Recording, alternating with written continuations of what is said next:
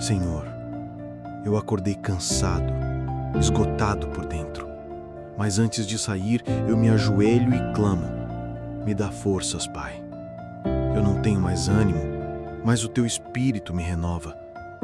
Eu não tenho mais direção, mas confio que o Teu plano é maior que o meu. Me cobre com o Teu poder.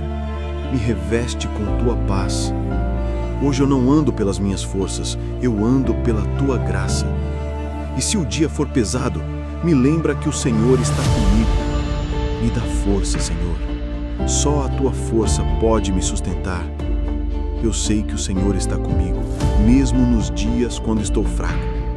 Renova a minha fé, Senhor, para que eu vença todos os desafios de hoje. Em nome de Jesus. Amém.